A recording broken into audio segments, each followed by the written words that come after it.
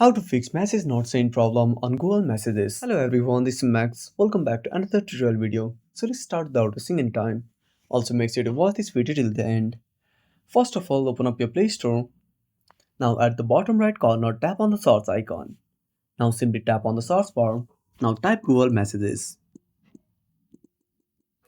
Now once you're done, simply tap on the search icon at the bottom right corner. Now tap on Google Messages. Now make sure to update to the latest version. If any update available, simply tap on update and wait for some time. While the app is being updated, make sure to subscribe our channel and hit the bell icon. After updating, simply tap on open. If you are still not able to send messages, go back to the home screen, open up settings on your device. Now scroll down and tap on apps. Go to app management.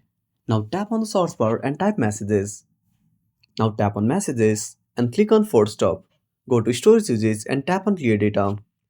Now tap on delete and restart the application. I hope this should see. I hope this should fix it soon. So that's it. Thanks for watching. Make sure to subscribe our channel and hit the bell icon. See you in the next video.